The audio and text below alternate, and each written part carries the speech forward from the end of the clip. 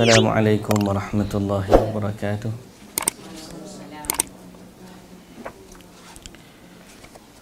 Bismillahirrahmanirrahim. Alhamdulillahi rabbil alamin, wassalatu wassalamu ala asyrafil anbiya'i wal mursalin, nabiyyina Muhammadin wa ala alihi wa sahbihi ajma'in.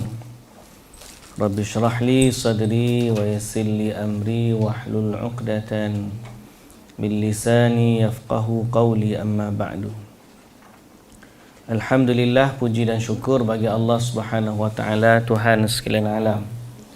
Selawat serta salam di atas Nabi junjungan kita, Nabi Muhammad sallallahu alaihi wasallam, juga atas ahli keluarga baginda, para sahabatnya dan para pengikutnya yang setia sehinggalah ke hari kiamat. Alhamdulillah, alhamdulillah, alhamdulillah. Syukur pada Allah Subhanahu wa taala kerana pada pagi ini kita kembali dipertemukan oleh Allah Subhanahu wa taala dalam kelas kita berbicara tentang dosa-dosa besar yang telah dikarang oleh Al-Imam Az-Zahabi, yang menghimpunkan senarai dosa-dosa agar kita dapat menjauhkan diri daripadanya. Sebab kadang-kadang kita tak sedar, ada orang niat dia baik, tiba-tiba melakukan perkara yang dilarang dalam agama dalam niat yang baik. Dan itu termasuklah perkara yang kita nak bincang pada pagi ini, iaitulah topik kita berkaitan dosa besar yang ke-9, dusta atas nama Nabi. Berdusta atas nama Nabi. Kita pun rasa macam pelik ya tajuk ni. Ada ke orang nak berdusta atas nama Nabi ni? Sebab bunyi sifat tu tak logik pada asalnya. Nah, kenapa kita nak bohong benda hak Nabi? Tapi oleh kerana dia termasuk dalam bab talbis iblis. Iblis ni dia telah putus asa daripada memasukkan sesuatu dalam Al-Quran. Dia nak rosakkan Quran, dia tak boleh. Kerana Quran telah dijaga oleh Allah Subhanahu wa taala. Allah Taala bagi jaminan, inna nahnu nazzalna dzikra wa inna lahu lahafizun. Kami sesungguhnya telah turunkan az-zikra, yakni Al-Quran, dan kamilah yang akan menjaganya. Sebab itu daripada awal zaman penurunan Al-Quran sampailah zaman kita hari ini, Al-Quran tetap sama, tak berubah. Tak berubah walau satu baris, tak berubah walau satu huruf. Sama. Kenapa? Kerana dia telah dijamin akan dijaga oleh Allah Subhanahu wa taala. Lalu orang-orang yang memusuhi agama Islam atau orang yang ada kepentingan dalam agama, mereka tak boleh dah nak kacau bab Quran. Kerana Quran dijaga. Salah baris sikit, semua orang ni akan betulkan dia. Sebab Quran dijaga oleh Allah dengan dua keadaan. Satu, penulisan. Yang kedua, hafalan. Pada zaman permulaan dijaga paling kuat dengan hafalan. Ratusan sahabat, malah dia boleh kata ribuan sahabat ni menghafal Quran. Jadi semua ni talaqi Quran, ambil Quran daripada Nabi sallallahu alaihi wasallam. Walaupun kebanyakan zaman tu mereka adalah orang yang bukan lagi dunia kertas tulisan ni moden. Adalah ditulis sikit-sikit di atas tulang belulang, kulit binatang, kulit kayu, daun, perkara-perkara yang diabadikan oleh mereka, beberapa ayat Al-Quran. Tapi paling utama dijaga dengan hafalan. Selepas daripada Nabi wafat sallallahu alaihi wasallam, maka bila berlaku zaman Umar Al-Khattab radhiyallahu anhu, peperangan yang menyebabkan ramai penghafal Quran ni meninggal, mati syahid. Jadi kebimbangan Abu Bakar As-Siddiq, Quran ni hilang, akhirnya Abu Bakar memutuskan untuk mengumpulkan penulisan Al-Quran. Maka Abu Bakar As-Siddiq minta mesyuarat pandangan Umar Al-Khattab radhiyallahu anhu. Masa tu pun Umar Al-Khattab kata, aku tak berani nak buat sebab benda ni tidak pernah dilakukan oleh Nabi sallallahu alaihi wasallam. Tapi setelah Abu Bakar radhiyallahu anhu memberikan alasan dia, dan kemudian mereka melihat kepada adanya penulis-penulis wahyu yang telah pun menulis wahyu zaman Nabi sallallahu alaihi wasallam, salah satunya Zaid bin Thabit radhiyallahu anhu, maka Abu Bakar panggil penulis wahyu ni. Dia dah tulis wahyu zaman Nabi, cuma diminta untuk kumpulkan Quran dan dibukukan secara mushaf. Maka akhirnya terjagalah Quran secara mushaf sejak daripada zaman Abu Bakar As-Siddiq radhiyallahu anhu sampailah zaman kita. Jadi sampai zaman sekarang masih lagi ada orang hafal Quran dan dijaga. Baik. Iya. Zaman Nabi masih Nabi buat tadarus. Sahabat. Sahabat dia pakai apa? Musyafah, dia panggil talaqi. Talaqi saja. Ha. Tak ada refer apa-apa. Tak ada. Nabi terima wahyu, Nabi baca pada sahabat. Adalah sahabat-sahabat yang menulis waktu Nabi sampai terima wahyu. Salah seorangnya Zaid bin Thabit yang pernah kita baca sirah hadis waktu turun ayat Quran berkaitan dengan jihad ni. Tidak sama orang yang tak pergi berjihad dengan orang yang keluar berjihad.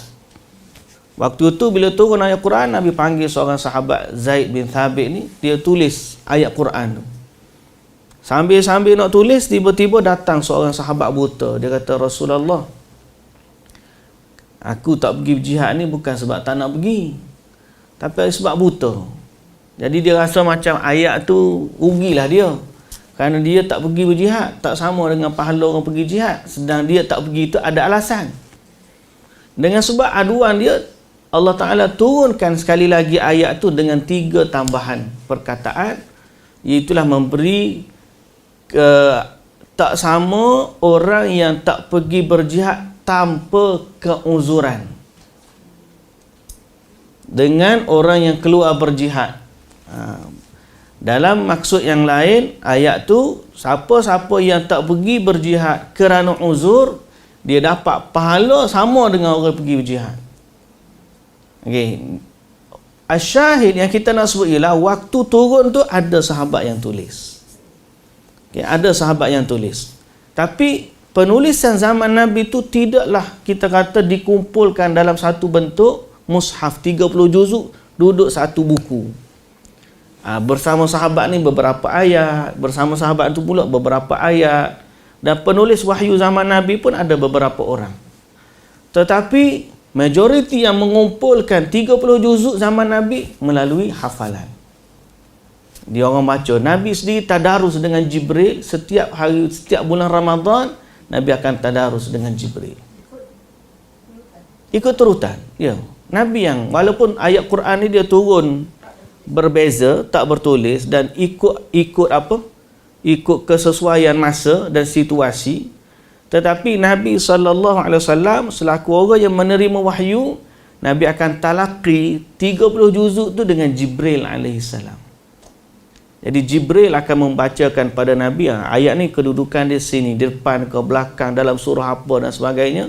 Itu semua ditetapkan. Sebab Quran kan turun daripada Luh Mahfuz kepada langit dunia secara komplit.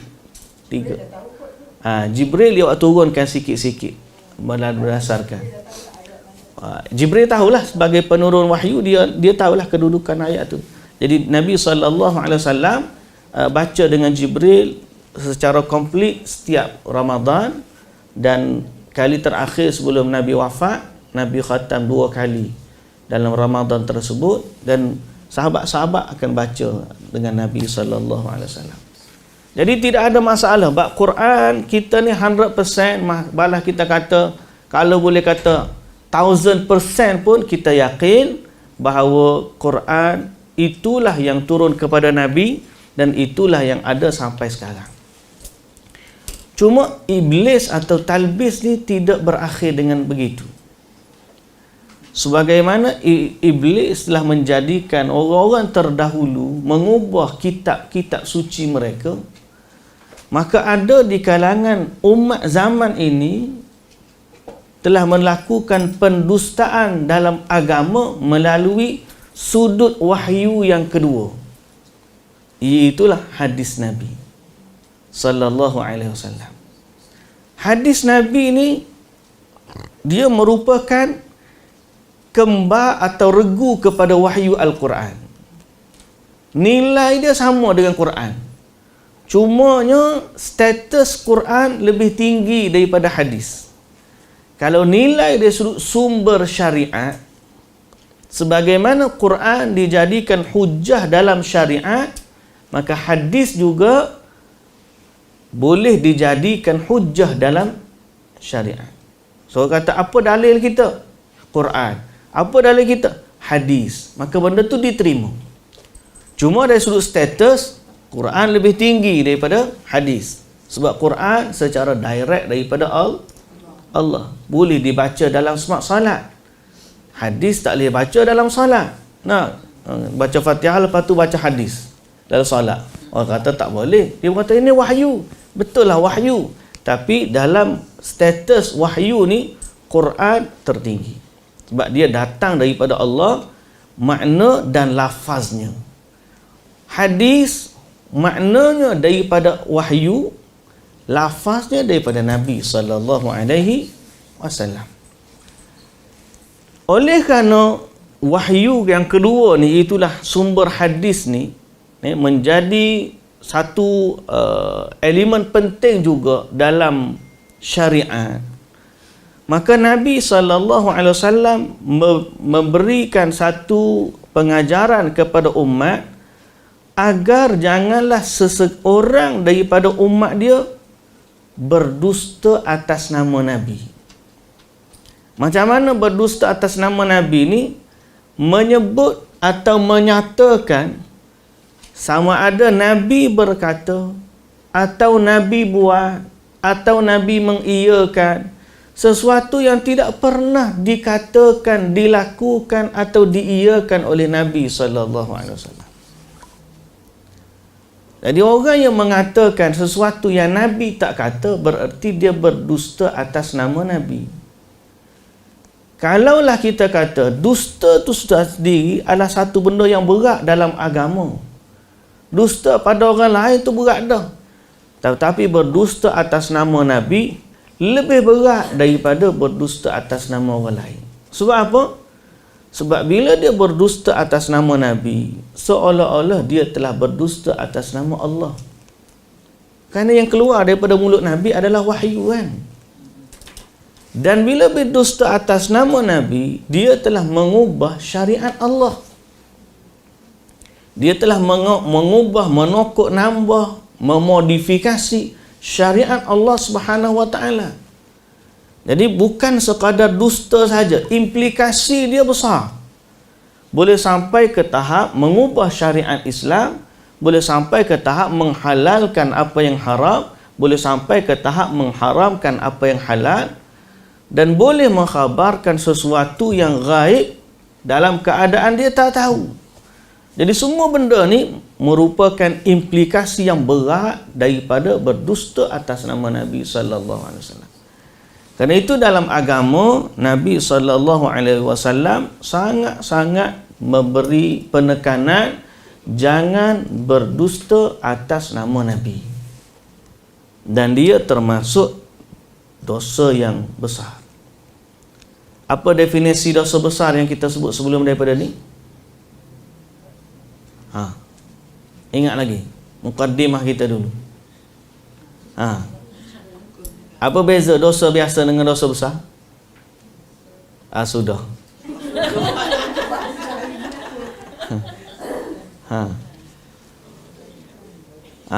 Sudah dah lah. Dosa besar syirik kepada Allah. Itu jenis. Oh, maknanya. Yang makna dia. Apa maksud dosa besar?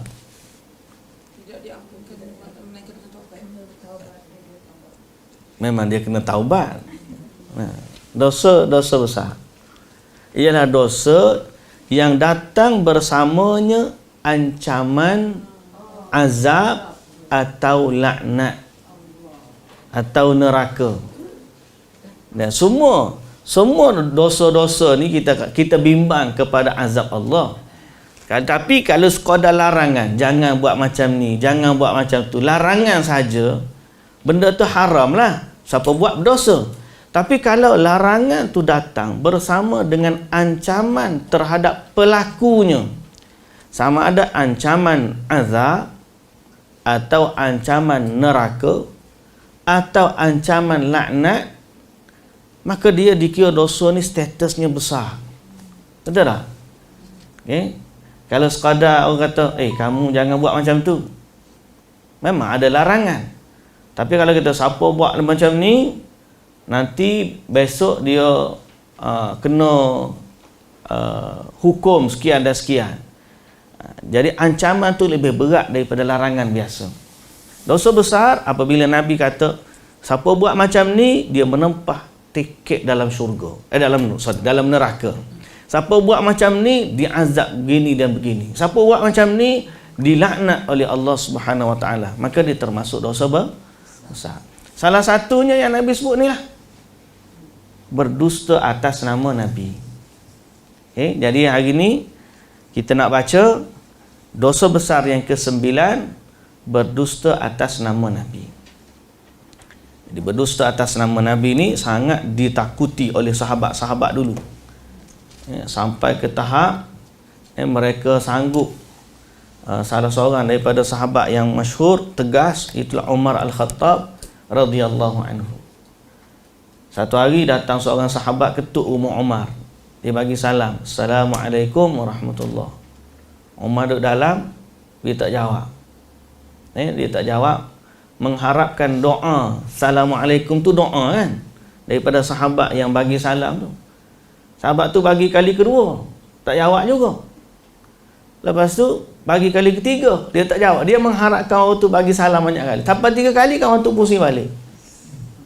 Dia pun pusing balik, dia pun tanya, kenapa kamu? Dia kata, aku dengar Nabi kata kalau bagi salam 3 kali tak jawab balik ah. Dia pun terus pegang baju. Sama ada kamu bawa saksi kepada aku, betul Nabi kata, ataupun aku pukul kamu. Kerana dia tak suka orang berdusta atas nama Nabi. Bila dia kata Nabi kata, tu Umar kata, sama ada kamu bawa saksi, betul Nabi kata, ataupun aku pukul kamu. Tegasnya mereka terhadap perucapan Nabi kata. So bila kita dengar orang kata Nabi kata, dia bukan sekadar ucapan biasa. Kena ingat, apabila seorang tu kata hadis Nabi, Nabi kata, aku dengar satu hadis, ini nama dia menyandarkan sesuatu kepada Nabi. Walaupun dia tak sebut riwayat Bukhari, hadis Sahih Muslim, dia kata, mu tahu tak ada hadis Nabi kata macam ni, macam ni, macam ni. Ada orang kata, siapa minum kopi, dia kata, dia tidak akan diazab selama kopinya ada dalam perut dia. Nah, ada kan dengar? Ada orang reka hadis macam tu. Dia kata Nabi kata. Nabi kata. Kalau dia kata Nabi kata, that means dia telah meletakkan lisan dia sama ada mendapat pahala yang besar kerana menyampaikan sesuatu yang Nabi betul-betul kata, ataupun dia telah meletakkan lisan dia dalam sebesar-besar atau antara dosa besar kerana dia telah berdusta atas nama Nabi. Bila nak kata Nabi kata ni, jangan kata mudah-mudah. Kalau kita kata-kata hikmat, contohnya, saya jumpa kata-kata itu baiklah, kata-kata hikmat. Nah, dia pun sebut kata-kata hikmat. Siapa masuk umur 40 tahun, dia tidak lagi berubah daripada sifat dia yang dulu, maka dia akan kekal sampailah ketua dalam keadaan macam tu. Dia pun hujung tu kata Nabi kata. Tu dia. Siapa yang sebut Nabi kata, dia telah letak diri dia di antara dua persimpangan. Kalau benda tu betul Nabi kata, dia dapat pahala sebab menyampaikan hadis Nabi kepada orang. Tapi kalau dia serata tu bukan hadis Nabi, maka dia telah meletakkan diri dia dalam ancaman azab yang besar. Jadi kena hati-hati bila nak sebut Nabi kata, atau sabda Nabi, atau ada hadis yang sebut. Orang kita ni kadang-kadang mudah saja. Ni ayat Quran kata macam ni, terjemahan dia sekian-sekian. Bila kita cek, tak ada pun ayat Quran.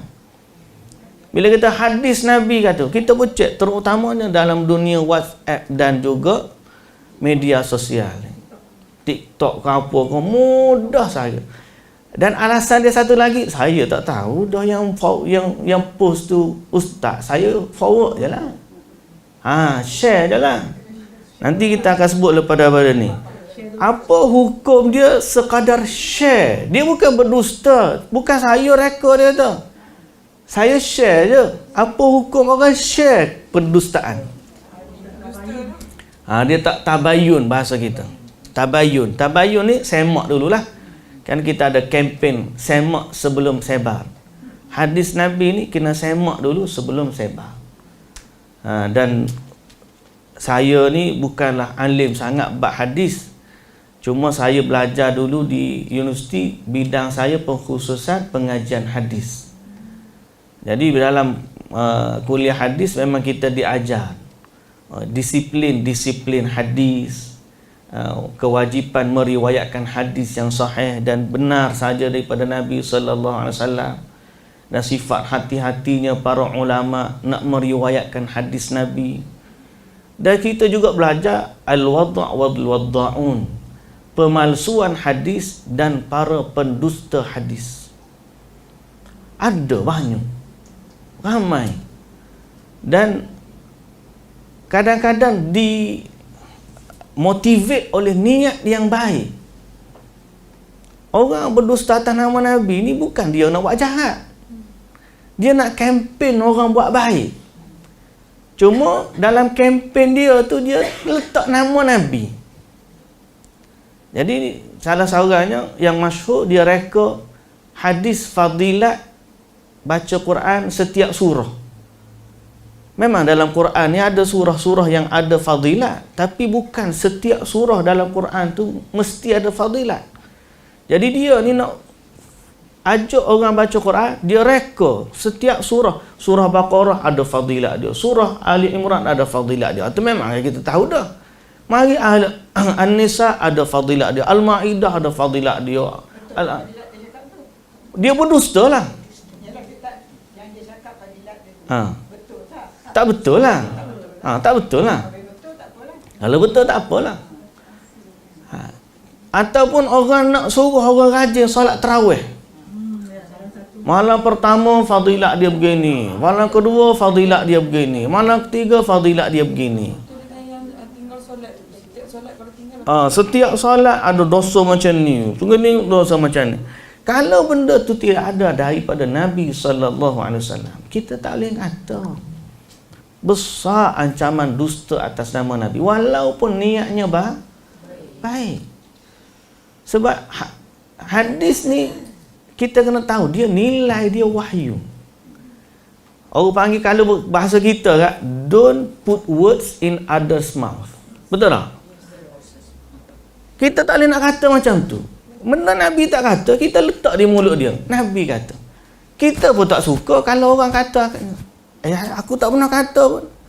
Tak kata kata-kata kita tu tidak bernilai wahyu pun. Pun kita tak suka. Tiba-tiba ni wahyu, Nabi kata. Bila Nabi kata, implikasi dia menghalalkan sesuatu, mengharamkan sesuatu, memberi fadilat, ganjaran pada sesuatu. Kadang-kadang dia reka satu amalan, dia reka, dia nak suruh orang buat amalan dia ni. Dia kata amalan ni aku dapat direct daripada Nabi. Kita kata, mana sandaran di hadis? Tak ada. Dia kata aku dapat direct daripada Nabi. Mimpi ke dan sebagainya. Benda-benda macam ni dusta. Kenapa kita kata mustahil ada lagi syariat Yang sahabat tak tahu, yang kamu tahu. Sedangkan Nabi SAW wafat dalam keadaan Allah kata, hari ini aku sempurnakan bagi kamu agama kamu. Nabi wafat dalam keadaan agama sempurna dan Allah turunkan ayat Quran menyatakan wahyu dah sempurna. Dan tertutuplah pintu wahyu setelah wafatnya Nabi SAW. Tiba-tiba dia buat satu amalan. Dia kata, aku dapat direct daripada Nabi. Kemudian dia kata, aku buat fadilat sekian. Buat amalan sekian, dapat fadilat sekian. Siapa yang bagi tahu fadilat tersebut? Dia nak kata sendiri, orang kata macam mana mu tahu? Kamu bukan siapa-siapa. Dia pun letak hadis Nabi. Di hujung tu, hadis Nabi. Maka dia telah berdusta atas nama Nabi sallallahu alaihi wasallam. Jadi zaman sekarang ni makin parah.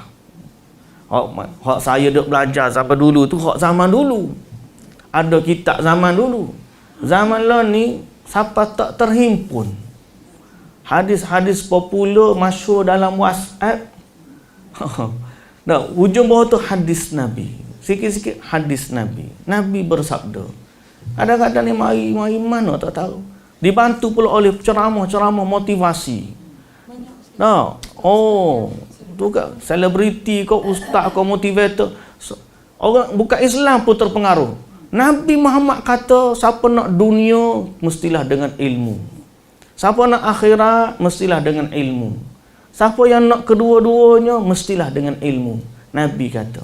Padahal itu bukan hadis Nabi. Itu kata-kata Imam Asy-Syafi'i, kata-kata ulama lah. Kata Ali, kata-kata ulama. Bukan hadis Nabi. Sandarkan sesuatu kepada Nabi sangat bahaya. Ui, zaman lah ni makin lama makin parah. Saya baru dapat Ustaz. Tanda-tanda hari kiamat lah dia suruh dia ramal macam. Dia kata salah satu tandanya Dajjal yang muncul dekat Pasifik, lautan Pasifik. Lepas tu ada seorang lagi, ada lagi satu pula. Itu hari dia kata kat Indonesia dah keluar Dajjal dah timbul. Dajjal dah keluar. Lepas tu dia duduk relax lagi dia tu. Oh, aduh. Saya sampai pekat ada satu orang tu. Betul lah dia bawa apa tu? Saya dengar dalam masjid ni, masjid. Dia dalam kuliah, lepas habis kuliah dia jual habatus sauda. Zaman lah ni fitnah ni ustaz-ustaz yang berniaga dalam masjid. Siapa yang pernah jumpalah, tak pernah jumpa. Saya duduk dengar, mula-mula kita tak ada kuliah malam tu, duduklah di surau sambil-sambil dengar kuliah. Ustaz tu habis kuliah, dia kata, tuan-tuan saya ada bawa habatus sauda. Saya mula trigger dah, aku zaman dulu jual juga habatus sauda, tapi tak ada lah nak jual sampai dalam masjid ni. Sebab memang ada larangan berniaga dalam masjid. Tak boleh. Tapi saya paling mengejutkan, dia kata, tuan-tuan saya bawa produk ni, saya tukang bawa je, yang tukang kempen Nabi dia tu. Jadi dia bawa hadis-hadis kelebihan habatus sauda. Memanglah hadis kelebihan habatus sauda, tapi Nabi tak kempen pun produk kamu. Jadi dia guna, Allah, saya kata dalam hati, ya Allah, beraninya dia. Payah nak tegur ustaz-ustaz ni. Tapi bukankah ustaz perlu membetulkan? Sampai tu saya betul lah, lepas daripada tu tak ingat macam mana. Tapi nak sebut kadang-kadang tu benda-benda macam tu boleh menyebabkan boleh tanpa sedar dia memang bawa hadis habatus sauda. Hadis sahih habatus sauda ni memang sahih. Tapi bila dia buat dengan cara begitu, Nabi kempen, dia kata saya tukang bawa barang je, yang kempen Nabi dia kata. Pak Nabi suruh beli makan habatus sauda. Bawa hadis Nabi. Saya kata Allahu Akbar, mudahnya dia mengguna nama Nabi. Tak tahulah, lepas pada tu saya pun tak ambil tahu hak dia jual beli tu. Tapi nak sebutnya, begitu mudahnya zaman ni orang guna nama Nabi. Hak mari pula rambut Nabi ada panjang sedepa. Mana kita baca dalam Syama'il Muhammadiyah rambut Nabi sampai bau je. 3 kali potong. Panjang, potong betul balik ke sini. Potong lagi. Potong. Nabi panjang. Tak ada riwayat lah Nabi panjang sini. Dekat Turki. Rambut dia panjang macam tu. Tak pernah lagi kita dengar riwayat rambut Nabi panjang macam tu. Macam-macam lah ni. Zaman kita ni orang muda, produk ramai kan orang suka sandal zaman Nabi, produk pakaian, label, air, macam-macam lah. Capal Nabi tu pun itu berdusta tak Ustaz? Capal. Pakai songkok capal tu kan? Capal ni pun satu hal juga dia. Asal cerita dia banyak bertindih-tindih. Pertama sekali mesti dicek gambar raja. Isu capal ni kalau betul selipar Nabi, the real one, exactly, hak betul memang hak Nabi pakai, kita tak ada masalah. Bahkan saya pun kata kalau kita letak atas kepala kita ujung pun pasal the real capal, it's okay. Sebab memang semua ulama berkaitan dengan mengambil berkat daripada sesuatu yang memang asli daripada Nabi sallallahu alaihi wasallam, kita no issue, tak ada isu. Sekarang ni apa yang berlaku ialah dia orang tak ada capal tu, dia lukis gambar. Bila lukis gambar dan diambil keberkatan daripada gambar, so saya boleh buat benda tu, saya letak dekat mesin photostat, keluarkan 1000 keping. Selipar Nabi ada satu ya. Gambar Nabi boleh buat, tu jadi. Dia dah jadi satu macam produk pula. Letak di keychain, letak di bag, letak di kopiah, letak. Sebenar-benarnya kalau betul itu selipar Nabi, kita tak ada masalah, no issue. Siapa nak beritahu dan itu gambar. Dan itu mesti datang melalui riwayat hadis. So, pertama, dalam bab capal ni panjang kalau kita nak syarah ni, tak baca ke buku kita ni. Pertama, bentuk dia, gambar rajah tu. Siapa yang boleh pastikan begitulah bentuk selipar Nabi? Okey. Yang kedua, setelah daripada bentuk tu, kalaupun betul bentuk tu benar, mari pula hukum mengambil keberkatan daripada gambaran, replika. Kalau replika pun kita tak pakai, tiba-tiba ni bukan replika lagi dah, hanya sekadar lakaran. 2. Yang ketiga, lakaran tu kalau bentuk dengan bentuk, apakah Nabi saja pakai bentuk macam tu? Ke umum selipar zaman tu memang bentuk macam tu? Kalau umum selipar bentuknya macam tu, bererti orang lain pun pakai bentuk sama. Kalau kita kata selipar Jepun, kalau selipar betul selipar Nabi, walaupun bentuk selipar Jepun, kita bukan masalah selipar Jepun, selipar Nabi. Tapi kalau nak selipar Nabi dah tak ada, kita buat lakaran bentuk selipar Jepun, selipar orang lain pun selipar Jepun. Faham tak? Isu dia. Dan yang keempat, mari pula isu fadilat yang melampau. Siapa pegang bentuk ni nak bersalin jadi mudah? Ada. Boleh terhindar daripada mudarat dan seumpama dengannya. Jadi benda-benda ni macam ni sebenarnya kalau kita balik kepada isu sahabat-sahabat dulu, saya kata mudah je. Siapa yang nak ambil keberkatan daripada Nabi, ambillah yang original, yang pure.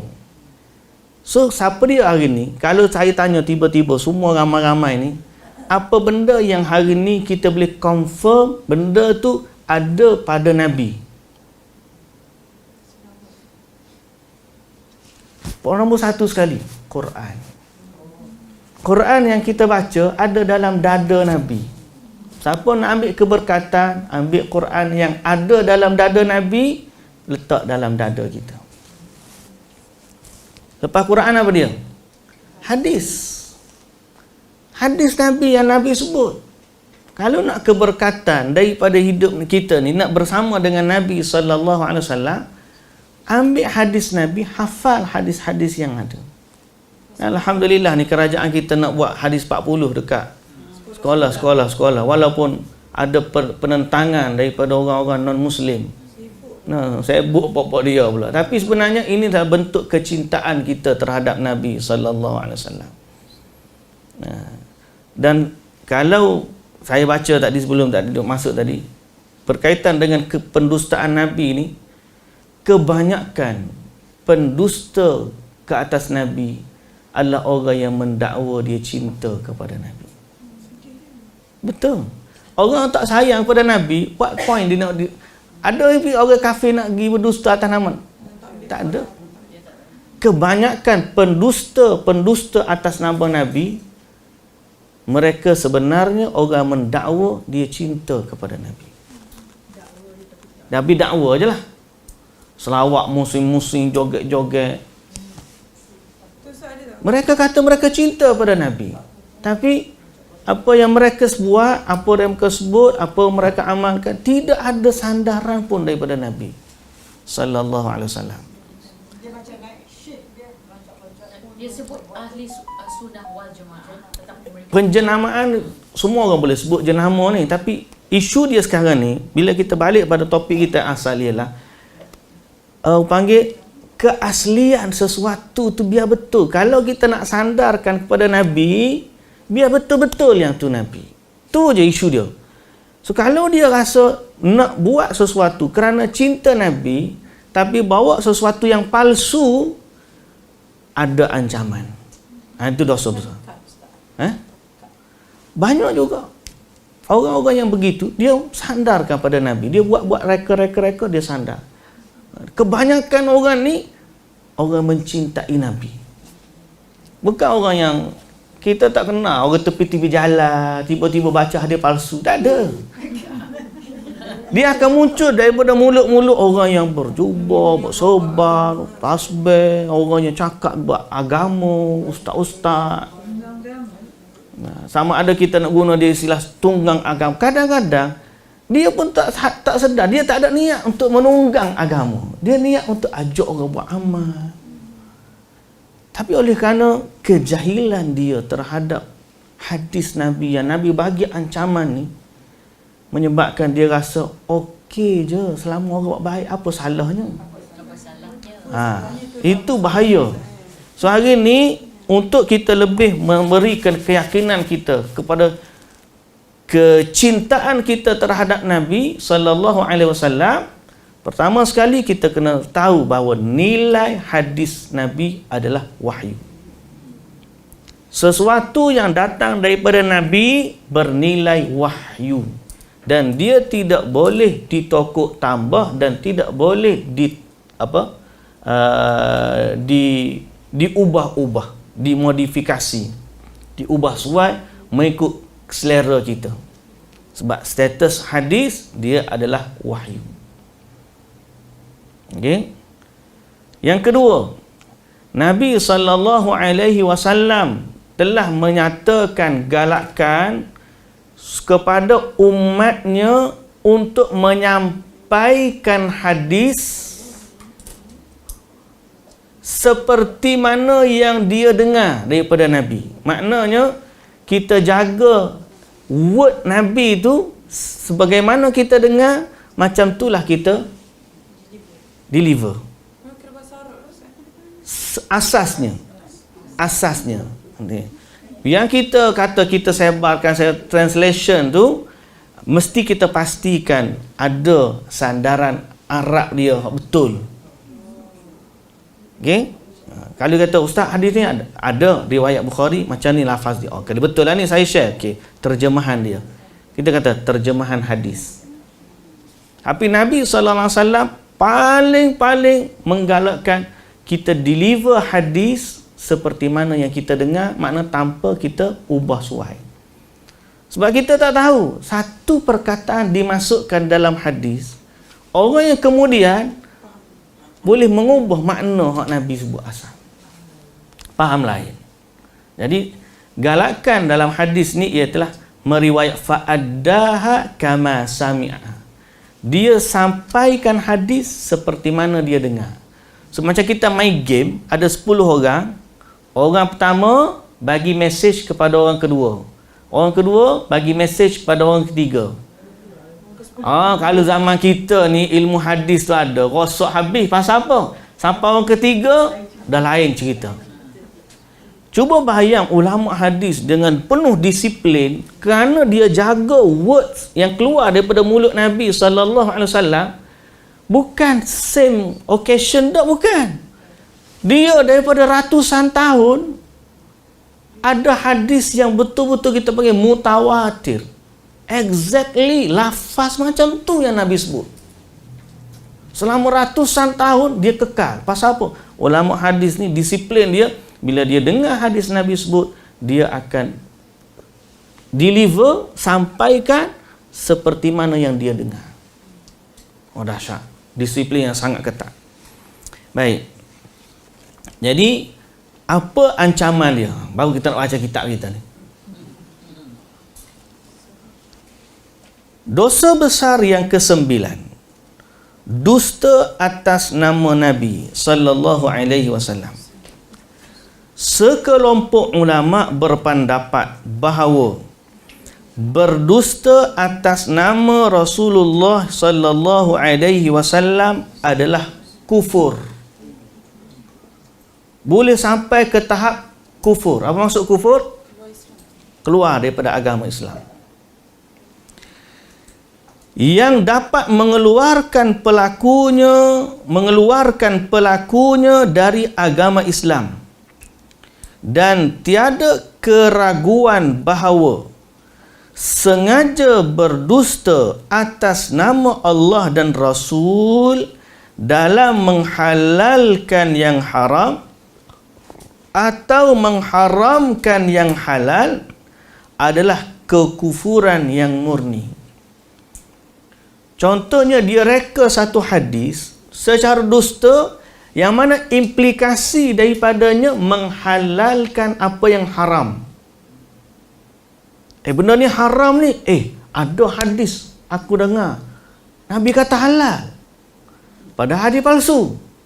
Implikasi daripada hadis palsu tu mengharamkan apa yang halal atau menghalalkan yang haram, maka hukum level ni dia boleh jatuh kufur, kafir, keluar daripada Islam.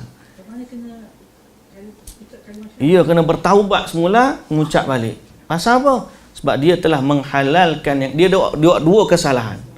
Pertama, kesalahan berdusta atas nama Nabi. Yang kedua, menghalalkan yang haram atau mengharamkan yang halal. Baik. Dan masalah yang dimaksudkan di sini adalah berdusta dalam masalah selain itu. Okey, yang tu kafir. Yang kita kata selain daripada tu apa dia?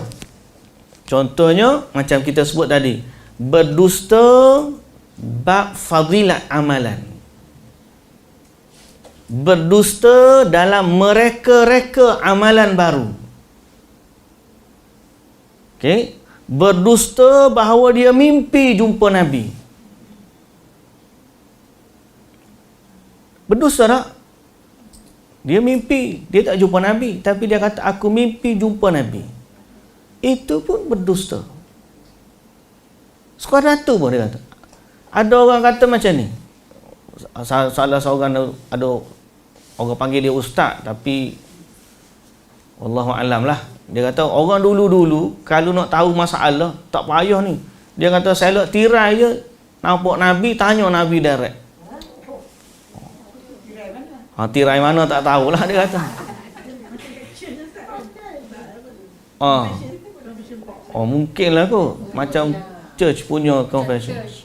Tapi dia ada yang dia kata macam tu. So kita katakan nak sebut Nabi ni Allahu Akbar, kena sangat hati-hati.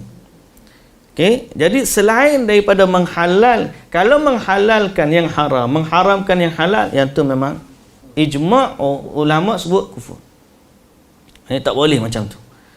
Selain daripada tu bab fadilat, bab mereka-reka hadis ataupun mereka amalan palsu atau menyatakan sesuatu ni datang daripada Nabi padahal bukan, ataupun dia kata ni darah Nabi padahal bukan darah Nabi.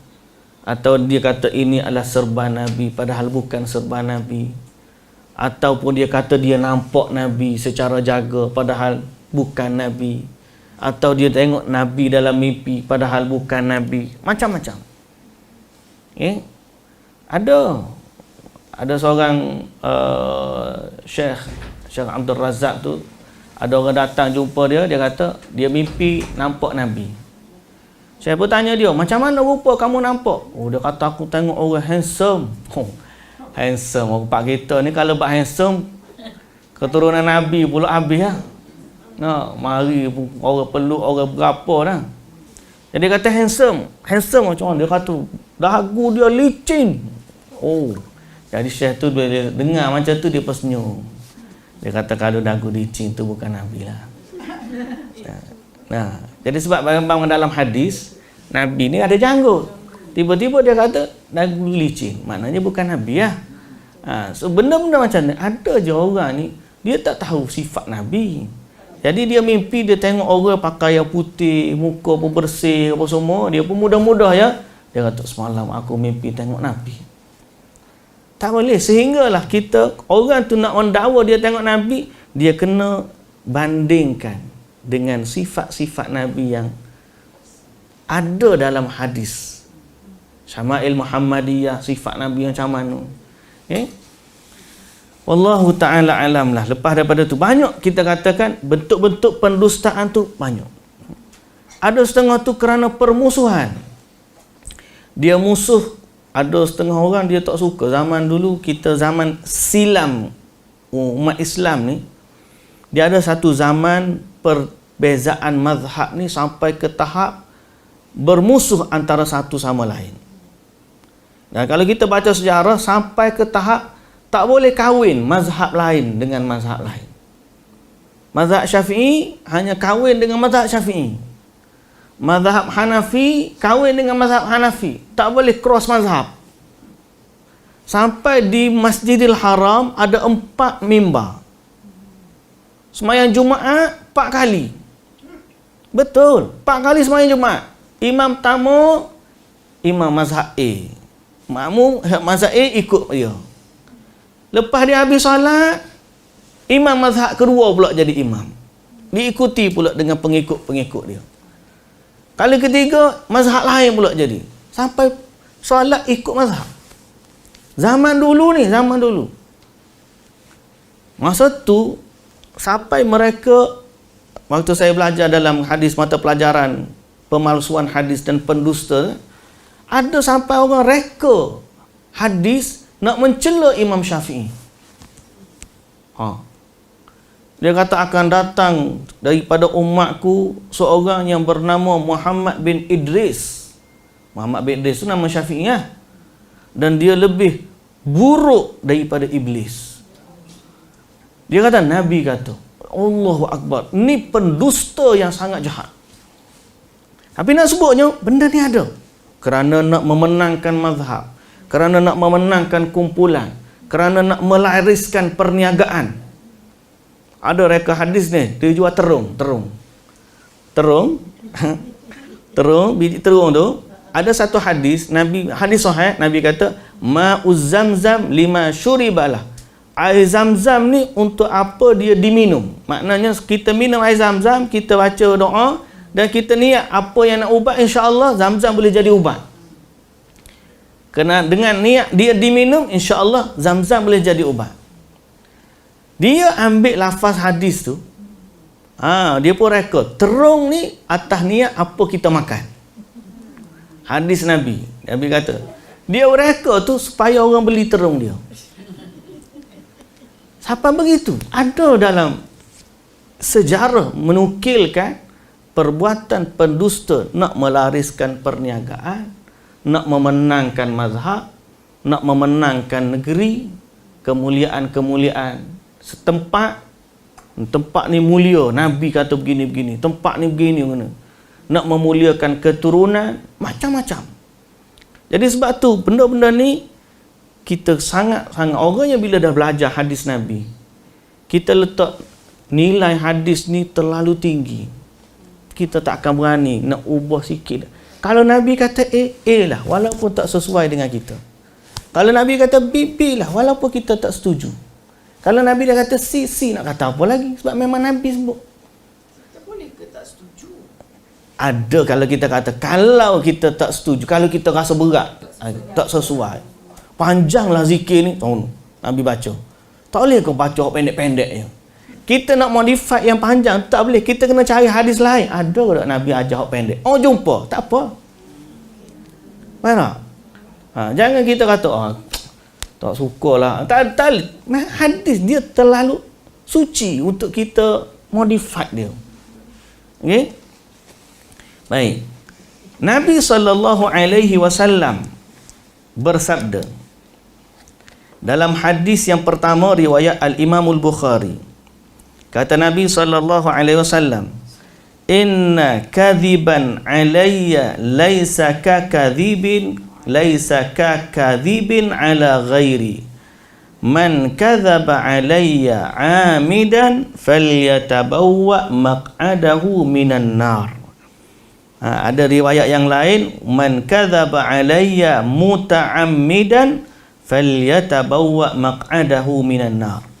Maksud dia, Nabi SAW bersabda, yang terjemahan dia, sesungguhnya berdusta atas namaku tidaklah seperti berdusta atas nama selainku.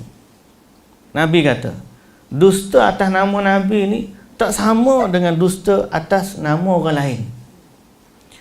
Barang siapa yang berdusta atas namaku secara sengaja, maka dia telah menempah tempat duduknya di dalam neraka. Siapa yang berdusta atas nama Nabi, mana dia telah menempah tiket neraka. Ustaz, kalau kita bagi hadis ni dekat orang yang hantar benda-benda yang tak elok, Memang kena bagi. kena bagi ya? Ustaz ni bagi. Banyak. Kita bagi soft copy. Ni ada. Kalau kata kan, baru mimpi Rasulullah sekarang baru video kan. Kata Rasulullah kata, kita baca ayat-ayat ni, lepas tu tak letak.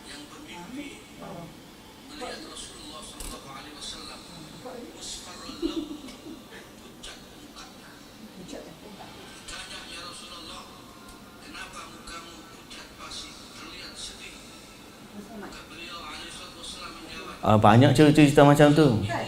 Dia kata kita tulis. Kalau tak, Ada setengah tu, ada yang baru ni hot viral juga. macam Dia kata ada seorang tu dia mimpi, dia orang alim dia ni.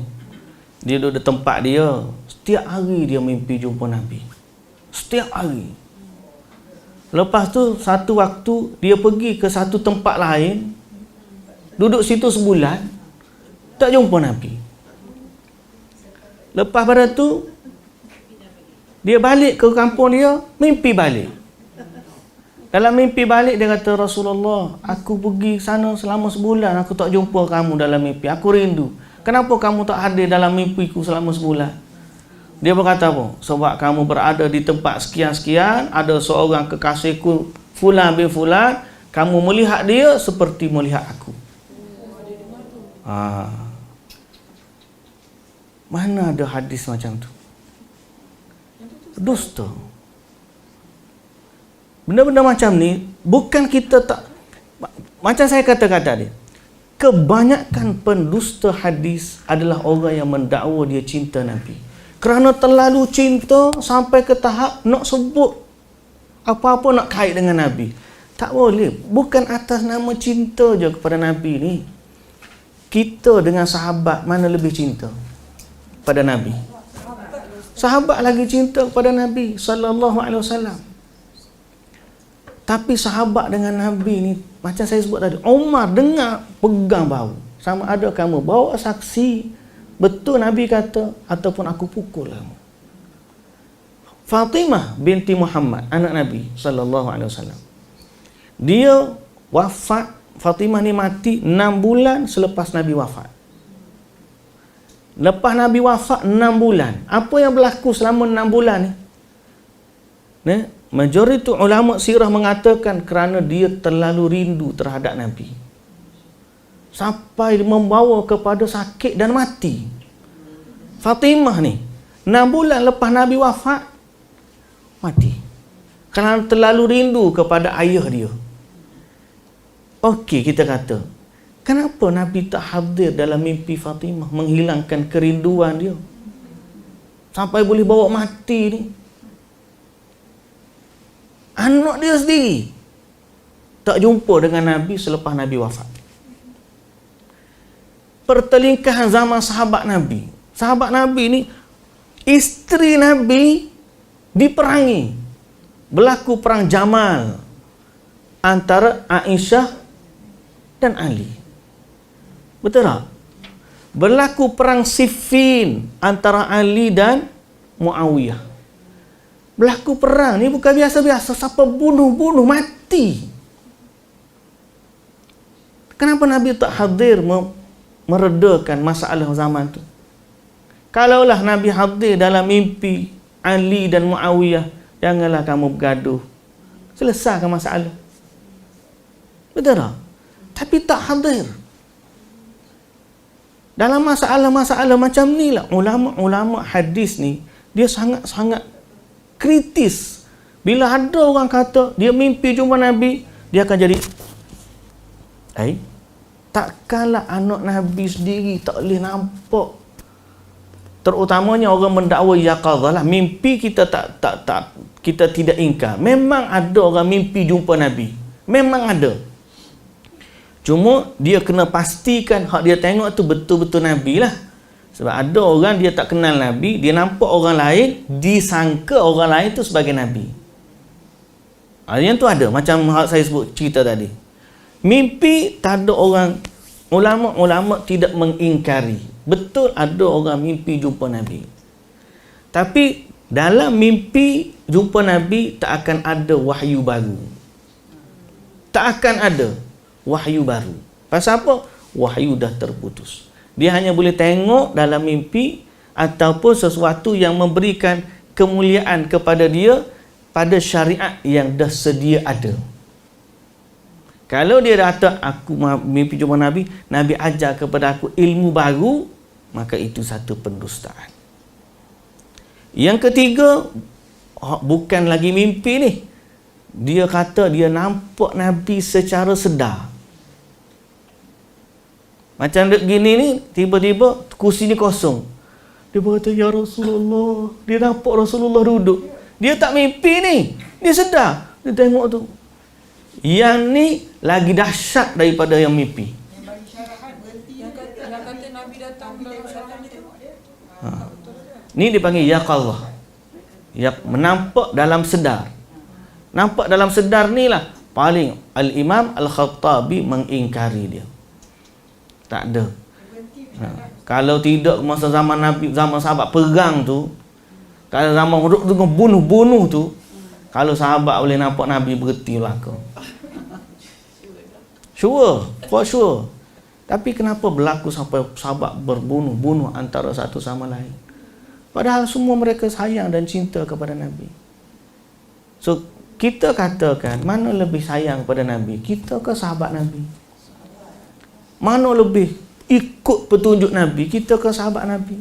Sahabat. Tapi dengan kemuliaan sahabat yang pernah nampak dengan Nabi selama ni, lepas Nabi wafat, mereka tidak lagi bertemu dengan Nabi secara sedar. Jadi itu dalam bab tu. Apatah lagi dalam bab reka-reka lain. Siapa yang berdusta atas nama Nabi, Nabi kata dia telah menempah tempatnya di dalam neraka. Hadis ni hadis mutawatir. Apa mutawatir? Tahu hadis mutawatir? Hadis mutawatir ni level dia setinggi-tinggi hadis sahih. Hadis sahih yang paling tinggi adalah hadis mutawatir. Okay? Kalau kita belajar hadis kan, hadis ni ada yang nama dia hadis sahih, ada yang nama dia hadis hasan, dan ada yang hadis dhaif. Okay? Yang ni dinilai melalui perawi dia. Kalau rawi dia betul, jujur, kuat ingatan, maka hadis tersebut level dia sahih. Kalau level perawi dia tu jujur cuma lemah ingatan, maka dia jadi kurang ingatan dia, maka dia jadi hadis hasan, bawah sikit, masih boleh diterima. Kalau rawi dia ni, hadis ni dia baik, cuma ingatannya lemah, kurang, atau memang tersalah dalam riwayat dia, dia dengar lain, dia sampaikan lain. Kadang-kadang nak tahu lain tu, tahun pertama dia ingat lagi, tahun kedua ayat lain pula, tahun ketiga ayat lain. Maknanya ni lemah ingatan, riwayat dia tidak diterima. Kena ingat, perawi dhaif tu bukan sebab dia ni jahat tau, sebab ingatan dia tu. Kalau pendusta, memang hadis dia ditolak terus. Maudhu', level hadis maudhu' ni hadis yang palsu, bukan hadis dia direka. Nama hadis maudhu', hadis yang direka. Adapun hadis mutawatir, hadis mutawatir ni tak perlu tengok kepada rawi. Pasal apa tak perlu tengok kepada rawi? Sebab bilangannya terlalu ramai, sehingga dusta tu menjadi perkara mustahil. Semua orang cakap macam tu. Apa nama tadi? Hadis Mutawatir. Mutawatir. Hadis mutawatir ni level hadis yang paling tinggi untuk diterima. Hadis kursi ni dia bab hadis yang disandarkan Allah berfirman. Kita bahas hadis kursi. Dia tidak melibatkan terima ataupun tidak. Hadis kursi ni nak tahu hadis ni Allah kata ke Nabi sebut. Memanglah kekuatan tu tidak dinilai. Contohnya orang tu kata Nabi kata dan Allah berfirman dalam hadis kursi. Tapi nak tahu level hadis tu, nilai kekuatan dia tu, kena tengok dulu rawi dia. Faham? Kekuatan mutawatir ni, semua orang cakap benda yang sama, sehingga dusta tu dah jadi mustahil.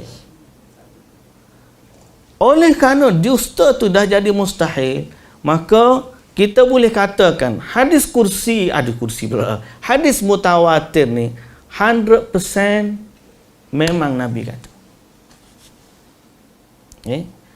Hadis sahih, hadis hasan, hadis dhaif ni masih kebarangkalian. Boleh faham? Kita menilai hadis ni, kita tengok kebarangkalian. Kalau kebarangkalian dia daripada Nabi tu kuat, maka dia jadi hadis sahih. Tahu tak kebarangkalian? Possibility. Kalaulah possibility daripada Nabi tu tengah-tengah, nak kata ya, nak kata tidak, ataupun lebih sikit belah yang ya, dia jadi hadis yang hasan, boleh dipakai, kerana possibility dia daripada Nabi lebih daripada bukan daripada Nabi. Tapi kalau possibility dia bukan daripada Nabi tu lebih kuat, dia jadi dhaif. Masih ada kebarangkalian dia hadis, cuma lemah. Kalau kita kata ni bukan daripada Nabi, tak ada possibility dia daripada Nabi, maka kita panggil hadis tu palsu, maudhu'. Hadis mutawatir ni, hadis mutawatir, tak apalah cerita bah hadis hasan. Tapi saya nak sebut hadis yang kita baca mula-mula ni. Hadis ni hadis mutawatir. Kekuatan dia sangat-sangat kuat, sehingga kita boleh kata 100% memang keluar daripada Nabi kata macam ni. Iaitu Nabi telah memberi ancaman, siapa yang berdusta atas nama Nabi dengan sengaja, dia telah menempah tiketnya, menempah tempatnya dalam neraka. Walau apa pun niatnya, Nabi tak sebut ni niat dia baik, tak ada. Walau apa pun niat dia, Cakap aja benda tu dari Nabi, sama tak ada terus. Kalau dia kata saya tujuan dia saya baik, saya nak ajak orang buat amal, pun tak boleh, tetap salah. Sebab dia terlalu suci untuk didustakan hadis Nabi. Okey?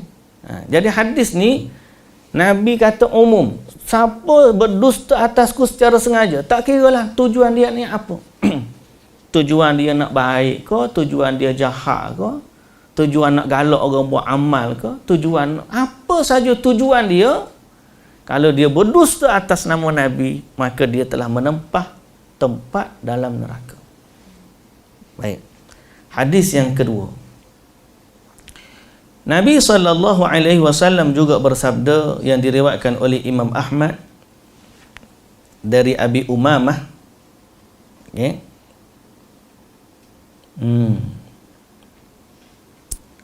Kemudian disebut juga kalau dalam nota kaki ni, Syekh Albani berkata dalam takhrijnya isnadnya dhaif. Itu dhaif. Kerana status majhul orang yang menyampaikannya dari Al-A'mash. Dia kata apa? Yutba'ul mu'minu ala kulli syai'in illa al-khiyanah wal kadhib.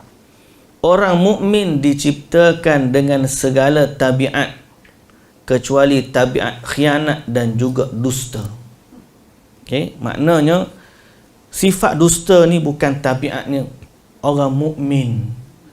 Walaupun tujuan dia baik, bukan sifatnya orang mukmin berdusta dan khianat. Boleh faham? Ni. Jadi jangan kerana kita, kalau seorang mukmin benar-benar beriman, dia takkan dusta. Okey? Boleh faham tak? Kata seorang ulama hadis, nama dia Ibnu Syihab Az-Zuhri. Kerana dia terlalu menjaga lisan dia. Dia kata apa? Kalaulah dusta itu dibenarkan sekalipun, aku tetap tidak akan berdusta. Boleh faham?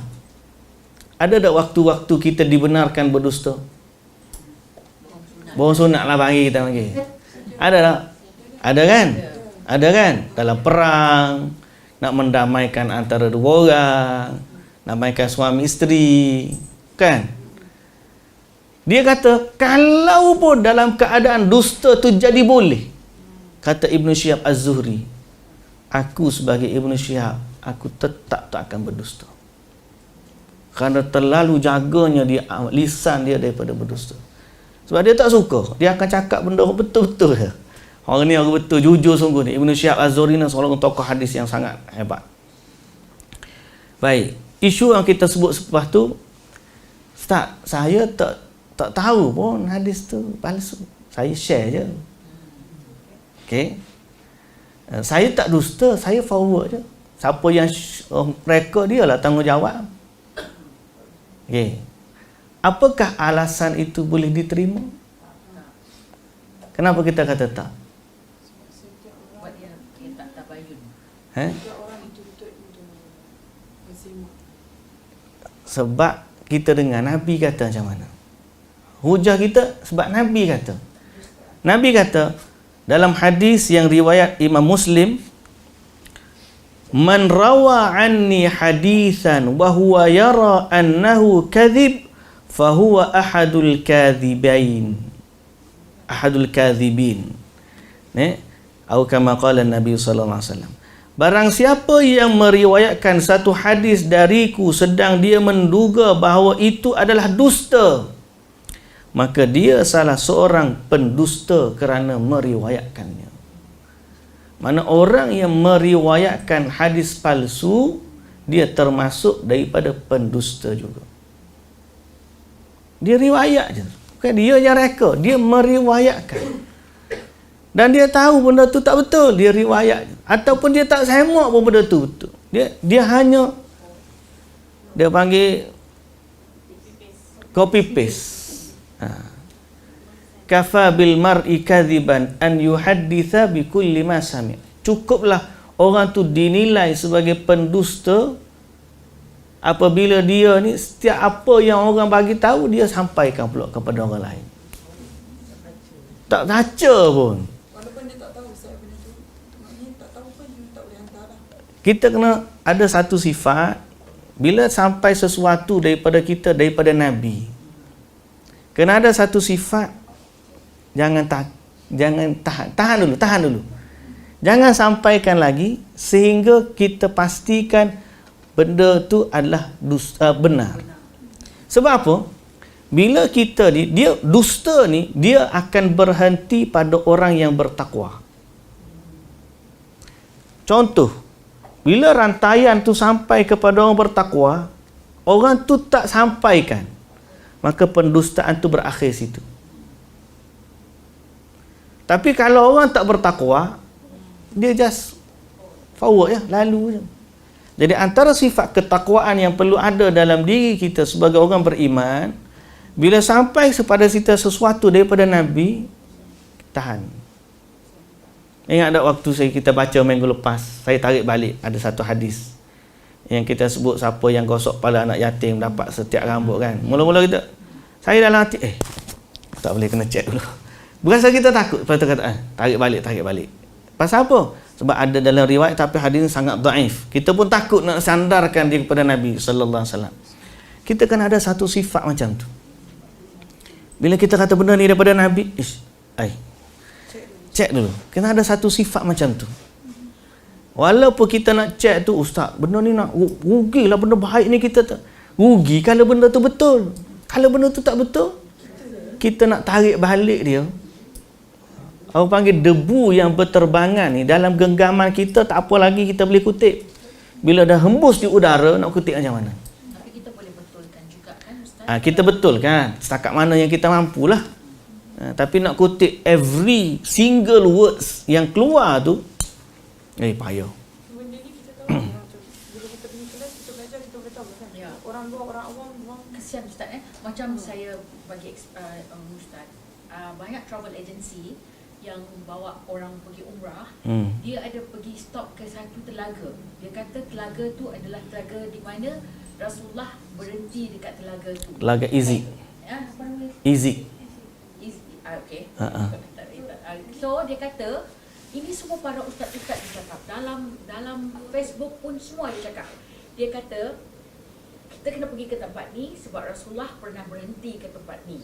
Lepas tu dia kata satu ketika dulu Rasulullah pernah meminum air daripada telaga ini untuk memberi syifa kepada umatnya. Subhanallah. Dia cakap macam tu Ustaz. Saya try to betulkan pada orang ulama ni jugalah. Saya kata sahih ke tidak? Saya kata, ini cerita dah berkurun lama. Sahih lah. Saya tak beranilah kalau nak dengar daripada ni. Ni para agamawan tau. Dia tanya Ustaz Faiz lagi. Saya hantarlah. Ustaz Faiz hantar, saya hantar kepada grup-grup ini. Because kita pergi dengan Ustaz Faiz kan, dia kata telaga, tapi tak ada dia kata yang beri syifa. Tapi macam mana Ustaz? Kesian. Because ni para ustaz-ustaz yang bawa travel agency ni. so orang yang Ikut tak, you tak, Ustaz tak betul. Memang tak betul sebab Ustaz Telaga tu memang ada, tapi yang disebut tadi lah menjadi syifa untuk umat tu. bukan tu saja Ustaz. Ada dia orang bawa balik air tu. Kata untuk diminum kan apa? Sebab air yang bagus adalah cuma air Zam-Zam. Dia kata untuk menyerikan muka. Dengar tak? Ya Allah, banyak Ustaz. Tak Ustaz, itu kira betul ke? Tak. Betul. Tak tanya Ustaz lah ni. Yang Nabi minum pada situ tu. Laga tu memang betul lah. Izik tu Nabi singgah situ. Memang ada sejarah dia. Cuma kelebihan air tu. Nabi tak sebut. Tak adalah kata memang kena minum air. Kalau nak minum air tu, telaga lain pun Nabi minum juga. Baik bina telaga Zam-Zam macam yang sebut tadi, memang jelas-jelas ada air Zam-Zam. Jadi benda-benda macam ni kadang-kadang isu dia macam Ajah mengingatkan kepada saya, isu pendustaan ni boleh berlaku pertama daripada kosong jadi ada.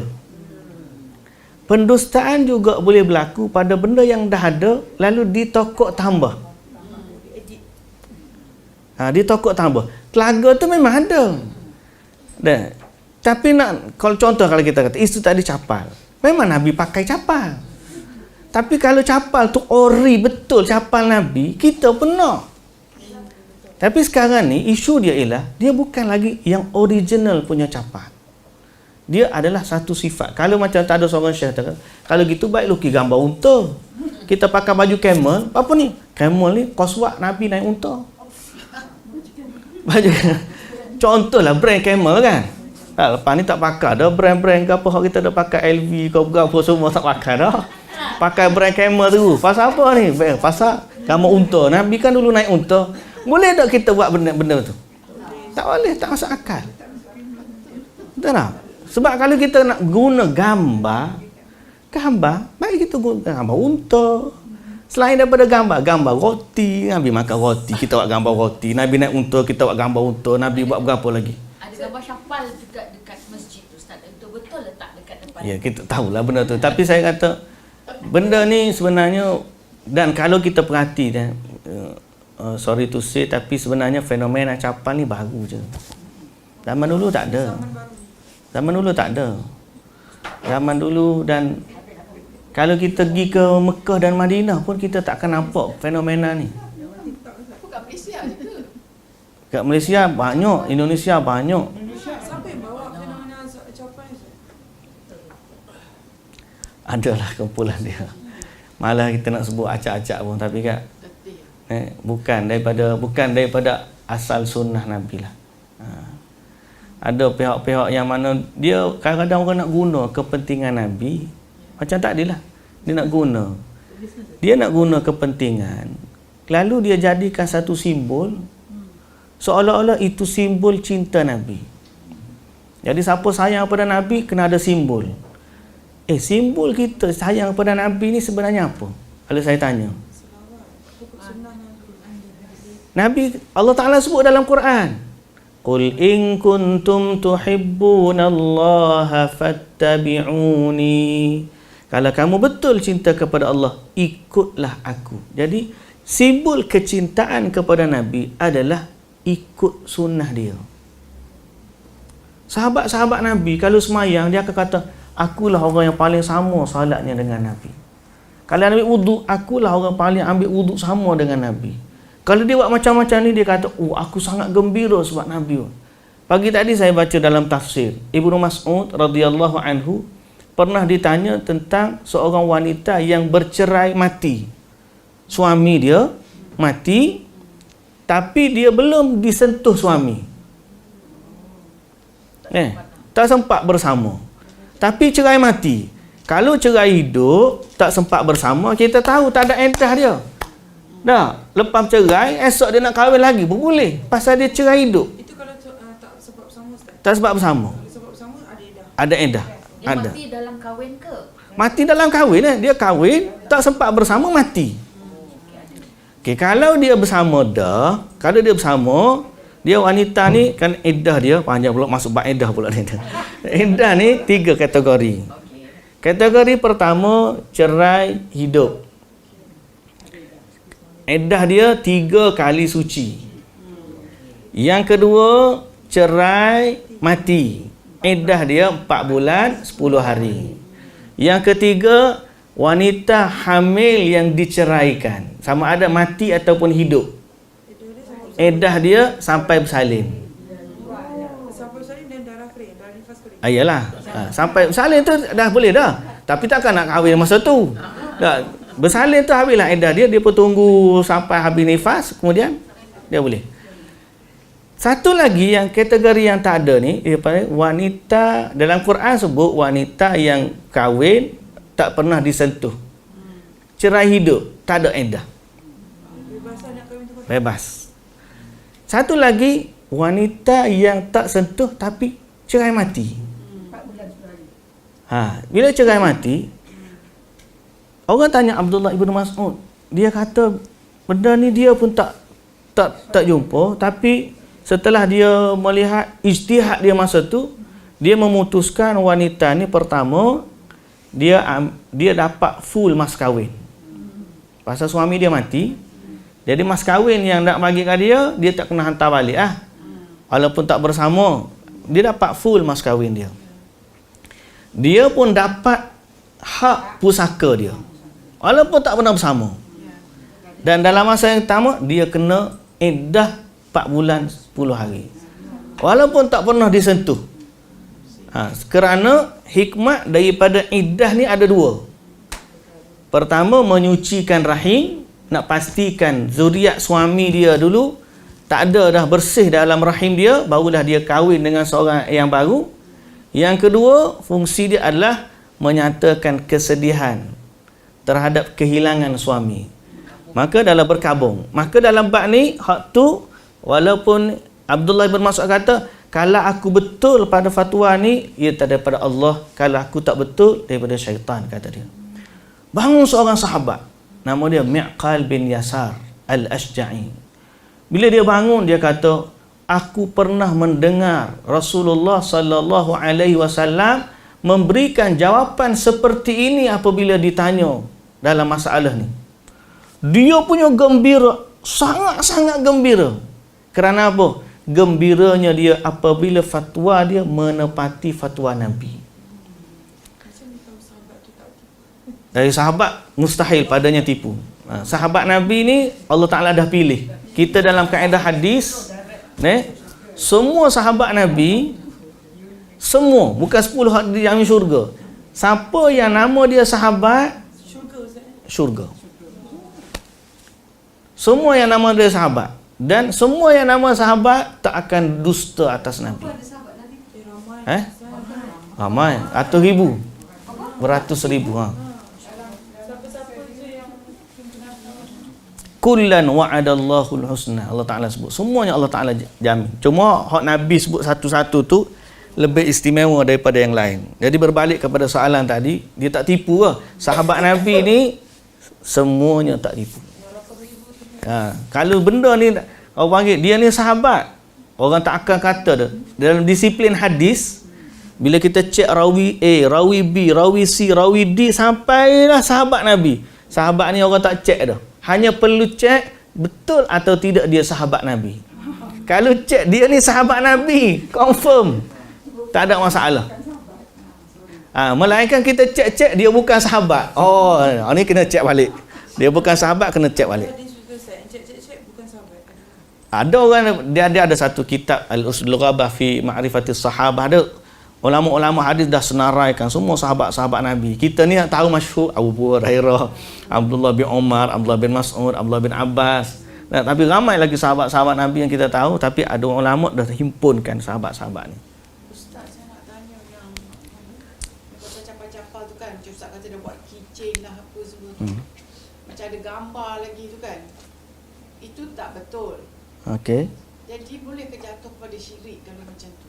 Sampai buat keychain apa semua. Kalau dia sampai iktiqad, kalau dia kata benda ni perhiasan dia, perhiasan saja-saja dia je. Nampak macam bentuk tu cantik lah konon-kononnya capal tu. Dia kata cantik, saya pun tak tahulah cantik ke mana.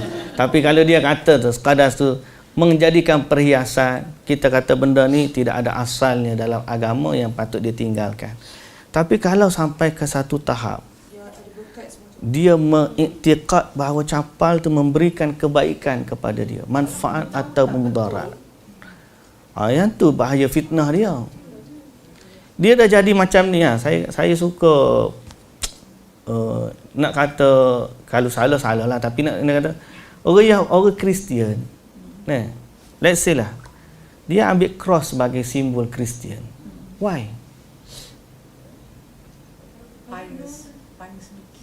Kepercayaan dia. Dia lah betul lah, holistik dah. Why?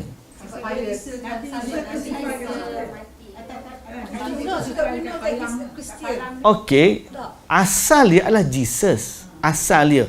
Zaman-zaman dulu, dekat cross tu ada Jesus. Sekarang ni Jesus pun tak ada, tinggal cross je.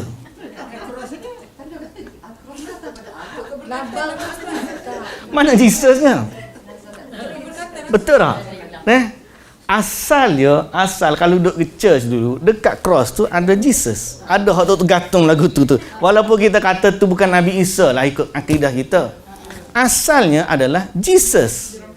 Dia orang percaya crucifix tu adalah satu benda yang miracle dan memberi kebaikan, tapi asalnya adalah pengorbanan anak Tuhan untuk menebus dosa-dosa dia. Makna base upacara tu adalah Jesus. Tapi at the end of the day, marilah ni yang tinggalnya cross. Why? Kata why?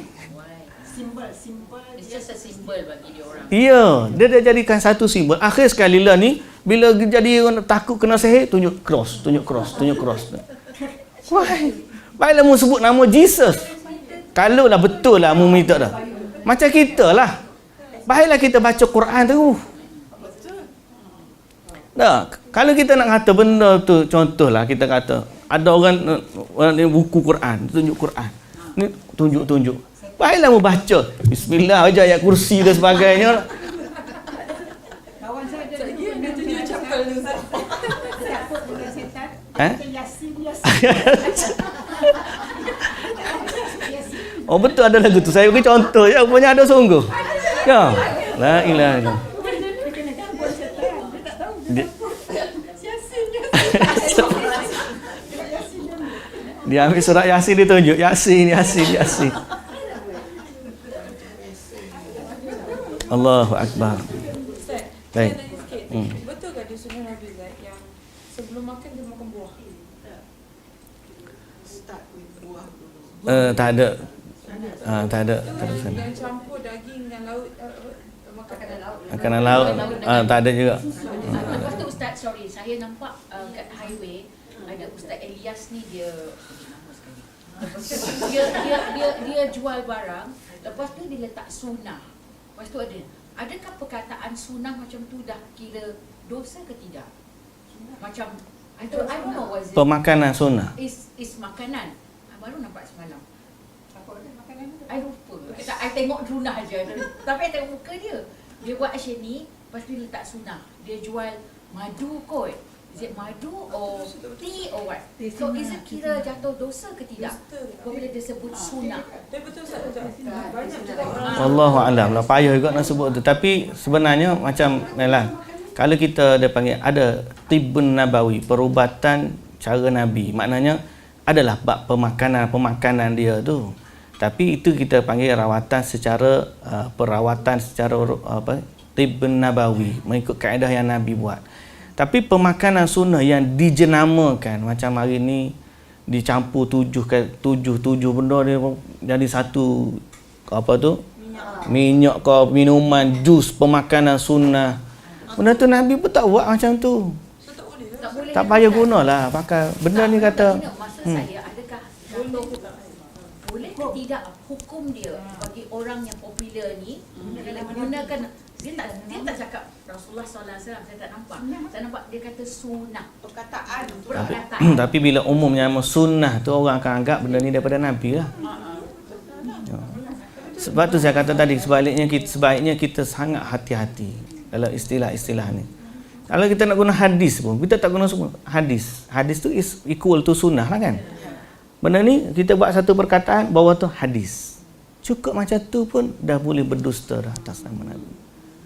Sebab orang akan kata, benda ni Nabi kata, ni tengok hadis. Benda ni betul sebab tu sunnah. Orang akan kata macam tu. Jadi sebab tu kena hati-hatilah. Baik, kita pun habis buku kita ni, tak habis lagi. Pukul 12 lah kita ni, tak habis. Saya kata ke Syahir nak sekejap yang ni. Baik. Al-Bukhari juga meriwayatkan hadis Samurah bin Jundub yang panjang yang menyebutkan tentang mimpi Nabi SAW. Di mana di dalamnya Nabi SAW mimpi dia, bukan kita mimpi juga Nabi ni. Nabi dalam satu mimpi dia, Nabi bagi tahu. Iaitulah ammar rajulul ladzi ra'aitahu yusharsharu shidquhu ila qafahu wa min kharuhu ila qafahu wa 'ainuhu ila qafahu fa innahu ar-rajulu yaghdu min baitihi fayakdhibul kadhbah tablughul afaq. Nabi kata apa? Adapun lelaki yang engkau lihat disobek tulang rahang hingga tengkuknya, dari hidungnya hingga ke tengkuknya, lalu dari matanya hingga ke tengkuknya, maka dia adalah orang yang keluar di pagi hari dari rumahnya lalu menyebarkan dusta sehingga memenuhi cakrawala. Lepas dah ni, alamak, banyak sangat dia punya ni. Patutlah Kenapa saya sampai ada dusta yang lain ni? Dia ada satu dosa tu. Bab yang kedua dusta lah, tapi dusta hak tidak kata Nabi. Habis dah kita, habis. Patutlah habis dah. Patutlah sedap tanya soalan yang ni pun. Baik. Baik. Dengan ini menjadi jelas dan terang bahawa meriwayatkan hadis maudhu' adalah sesuatu yang tidak halal. Habis bab ni hari ni. Aduh, tiba-tiba keluar pula lain. Okey, jadi dalam ni ada satu saya sebut tadi, okey. Dusta terhadap Nabi ni selain daripada dianggap dosa besar, maka dia juga mesti dianggap jenayah. Jenayah terhadap agama. Okey? Jenayah terhadap agama kerana dia mencederakan, bahasa kita kan boleh mencacatkan agama. Dan tidak diterima padanya alasan bermudah-mudah ataupun sambil lewa, kerana tidak halal bagi seorang Muslim yang beriman dengan Allah dan hari akhirat menyebarkan sesuatu yang disandarkan kepada Nabi-Nya sehinggalah dia benar-benar meyakininya. Maknanya kita mesti semak dulu apa yang orang kata Nabi sebut, kita pun betul ni. Okay? Dan jangan sebar. Paling-paling kalau kita takut ada sahabat Nabi ni, walaupun kita kata tadi jumlah mereka ratusan ribu, tapi bukan kesemua mereka meriwayatkan hadis. Ada sebahagian daripadanya bukan tak riwayat hadis sebab tak tahu tau. Sebab kerana takut termasuk dalam hadis tadi. Dia ni sahabat ni tahu. Sahabat ni memang dia dengar daripada Nabi, tapi dia takut waktu dia nak riwayatkan dia tersalah cakap. Bandingkan dengan orang yang memang tak jumpa Nabi, tak dengar daripada Nabi, tapi mudah-mudah je nak cakap Nabi kata. Jadi sahabat Nabi ni ada yang sampai hati-hati bila dia orang tanya, mungkin tanya orang lain lah. Tanya orang lain, dia takut nak bagi tahu. Sebab dia takut waktu dia sebut tu tersalah dan tersilap. Kita pun kadang-kadang sebut au kama qala Nabi sallallahu alaihi wasallam. Tahu apa makna au kama qala? Siapa pernah dengar au kama qala? Selalu dengar kan? Au kama qala Nabi sallallahu alaihi wasallam. Ini adalah lafaz hati-hatinya ulama hadis apabila dia meriwayatkan daripada Nabi sesuatu perkataan, di hujung tu dia kata ataupun seperti mana yang Nabi sebut. Dia cover balik. Sebab dia takut dia hanya meriwayatkan maknanya tapi wordingnya lain. Kerana takutnya. Sebab Nabi tak kata macam tu. Nabi kata mungkin wording Nabi tu lain, cuma maknanya sama. Jadi dia guna riwayat dengan makna. Di hujung tu dia kata au kama qala Nabi sallallahu alaihi wasallam, ataupun seperti mana yang Nabi sebut. Dia cover balik di hujung tu. Itu makna au kama qala Nabi sallallahu alaihi wasallam. Baik. Macam saya kata juga tadi, maka tidak berguna dalam pendustaan niat yang baik atau keinginan yang benar. Tak ada manfaat. Selama dia dusta, niat dia baik ke, tujuan dia baik ke, elok ke, au kaunul mar'i minad du'a, ataupun dia tu pendakwah ke, khatib ke, ulama ke, siapa pun dia, hadis ni umum, termasuk semua sekali. Sebab tu sahabat-sahabat tadi saya kata ada yang takut nak meriwayatkan hadis sebab takut termasuk dalam hadis ni. Terutamanya di zaman kita terlalu mudah menyebarkan melalui media sosial. Melalui media sosial. Kerana urusan ini adalah urusan agama. Dan pendustaan terhadap Nabi adalah pendustaan terhadap agama. Jadi sebab dengan dusta tu memasukkan sesuatu daripada bukan agama. Dan perkara pelik, kebanyakan yang berdusta atas Nabi mengaku mereka mencintai Nabi. Kebanyakan. Dan mereka menisbahkan kepada Nabi sallallahu alaihi wasallam pendustaan-pendustaan yang tersebar seluruh ke pelosok. Ajaib. Orang kita ni kadang-kadang dengan rupa pun dia tak cek pun. Ada mari pak kita lah ni seorang tu dikatakan keturunan Nabi cicit ke 38 ke berapa. Kita dah baca juga dalam WhatsApp ni, media sosial masuk. Muka dia handsome. Ramailah orang ikut dia, padahal kalau betul-betul nak kepada keturunan Nabi, pak kita ni Tok Syahid pun ramai. Syarifah pun ramai keturunan Nabi. Saya jumpa ada seorang tu memang dia Syahid betul lah.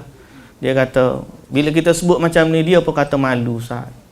Kita sepatutnya kita tak guna, bukanlah satu benda untuk kita jual diri kita bahawa aku keturunan Nabi.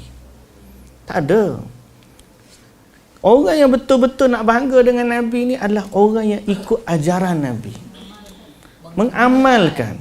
Kalau sekadar dengan nama, nak jual dengan nama macam tu, Abu Lahab pok saudara lagi, tapi tak akan boleh bermanfaat. Kalau kita nak kata betul tu Syed Sirajuddin Jamalul Lail Perlis tu sultan lagilah ada keturunan, tapi alhamdulillah dia tu aku sultan tu tidaklah kata nak suruh orang nak muliakan dia sebagai keturunan Nabi. Mari seorang kerana muka dia handsome sikit, orang pelak muda ramalah orang ni lah keturunan Nabi, padahal duk keliling kita.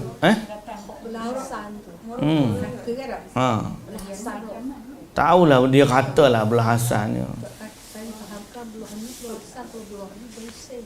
Tak tahulah, tapi yang penting tak kira lah Hasan ke Husain, kita nak tahu betul tu hak Nabi sallallahu alaihi wasallam. Dan kalau kita kata kalau sekadar datang untuk bawa nama keturunan, tak ada. Dia kena bawa datang. Siapa yang bawa? Ada. Orang tu yang Pelik sungguh pak kita. Patutnya dia kalau nak datang bawa majlis hadis Nabi. Tapi kenapa kita tak betulkan Ustaz? Kita di peringkat kita ni dah jelaskan dari sudut panggil kuliah, dari sudut penguatkuasaan. Dak pihak yang bawa tu dia boleh kebenaran daripada majlis, dia boleh kebenaran daripada ni begini. Akhir sekali hak kita mampu kita sebut ni jelah dalam kuliah-kuliah ya, bagi orang tahu kena tahu.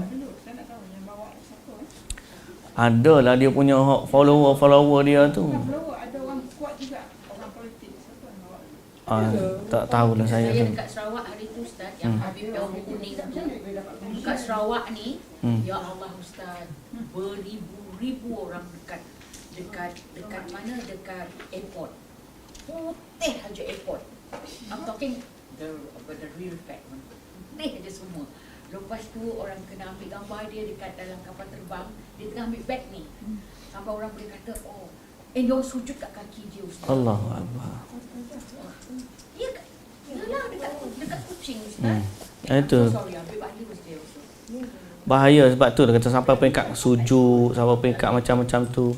Jadi semua ni kalaulah kita kata apa yang kita tak ada sebenarnya. Kita tempat kita ni masih lagi tak banyak pengajian hadis secara orang panggil, nak kata menyeluruh pun, nak sampai level menyeluruh tu payahlah. Tapi sekurang-kurangnya alhamdulillah saya sangat menyokong penuh inisiatif kerajaan kita KPM nak ajar hadis 40 tu. Itu sebagai asas. Lepas daripada tu kita boleh pergi kepada hadis Riyadhus Salihin. Lepas tu kita kembangkan hadis-hadis hukum, hadis-hadis akidah, hadis-hadis adab. Kita banyak-banyak hadis kita ni sayang pada Nabi bab adab dan akhlak. Tapi bab hukum hakam, zikir Nabi, azkar. Imam Nawawi bukan sekadar ada hadis 40, dia ada kitab Al-Azkar Imam An-Nawawi.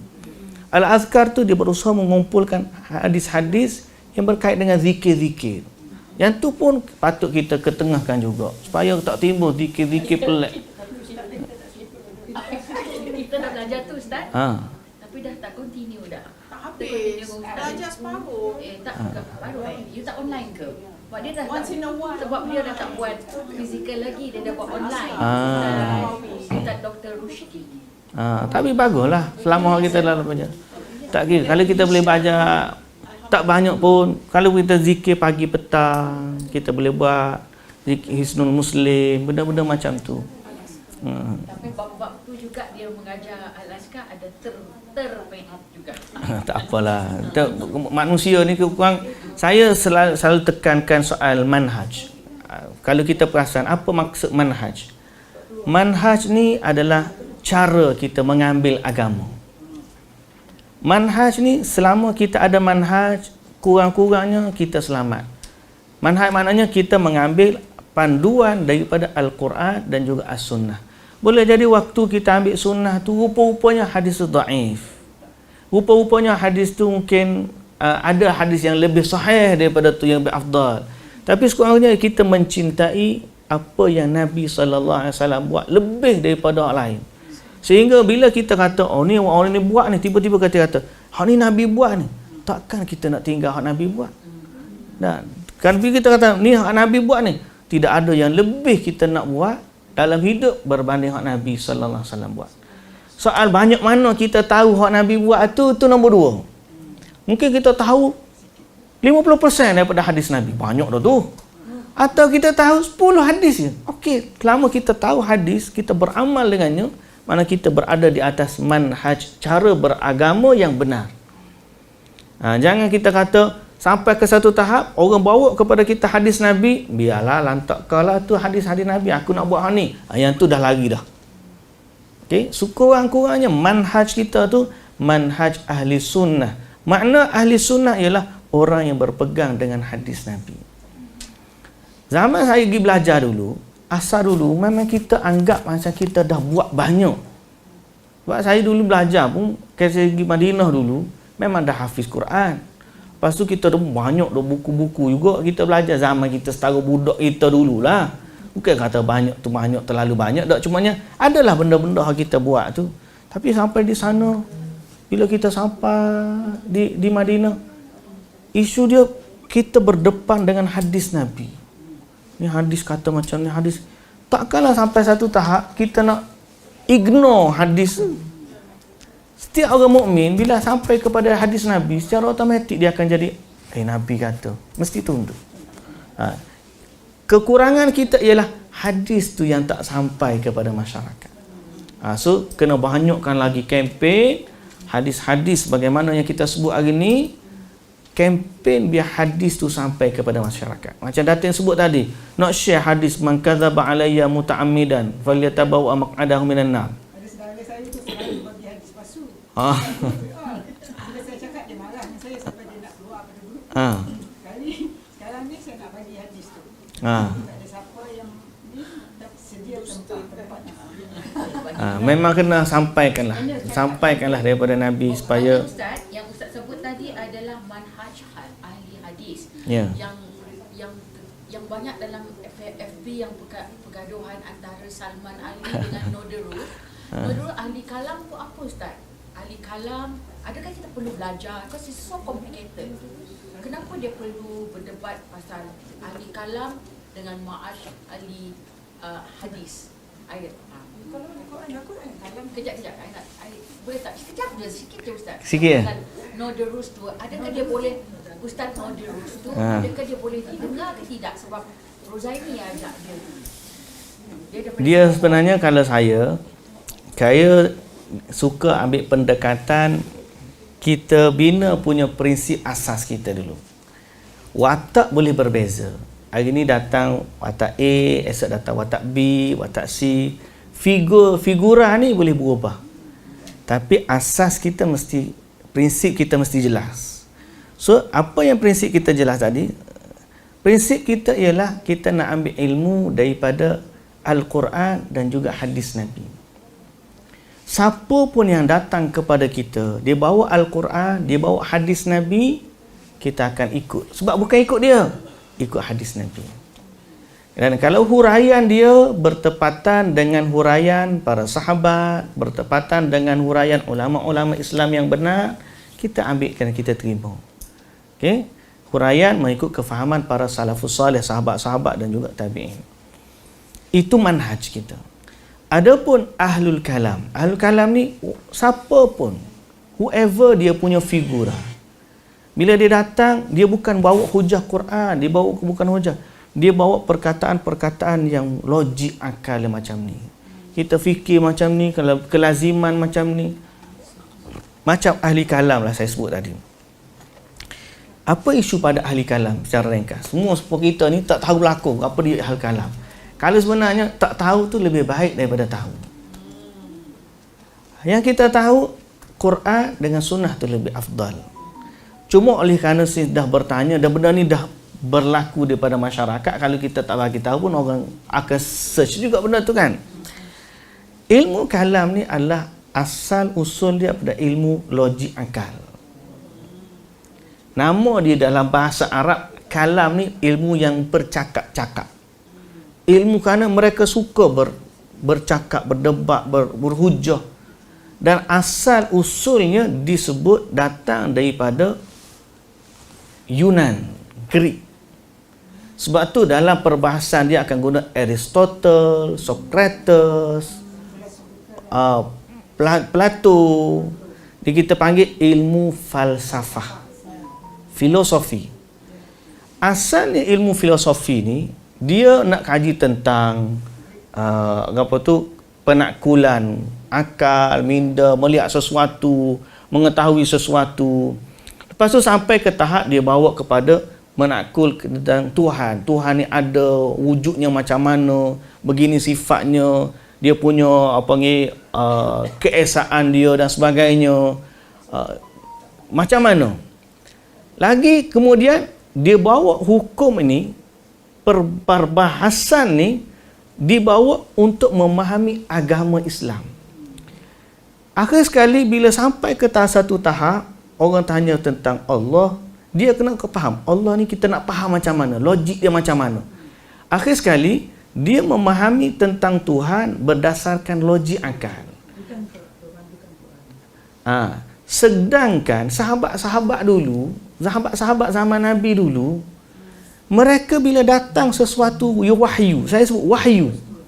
Wahyu tu beriman dengannya. Kalau Allah Ta'ala kata dalam Quran sebut wa qalatil yahudu yadullahi maghlulah. Yahudi kata tangan Allah tu terikat. Bahasa bakhil. Allah Ta'ala sebut bal yadahu mabsutatan. Bahkan Allah Ta'ala sebut dalam Quran, bahkan tangan Allah itu terlepas, terbuka. Mabsutatan makna Allah memberi rezeki yang luas. Mari kepada ahli kalam, tak logik Tuhan ada tangan. Sedangkan yang sebut benda tu Allah dalam Quran. Allah yang sebut. So, kita sahabat-sahabat dulu macam mana? Dia macam ni. Kalau Allah Ta'ala kata macam tu lah. Cuma kita tak detailkan sifat tangan tu. Jangan kata macam tangan kita. Tak boleh kata macam tu.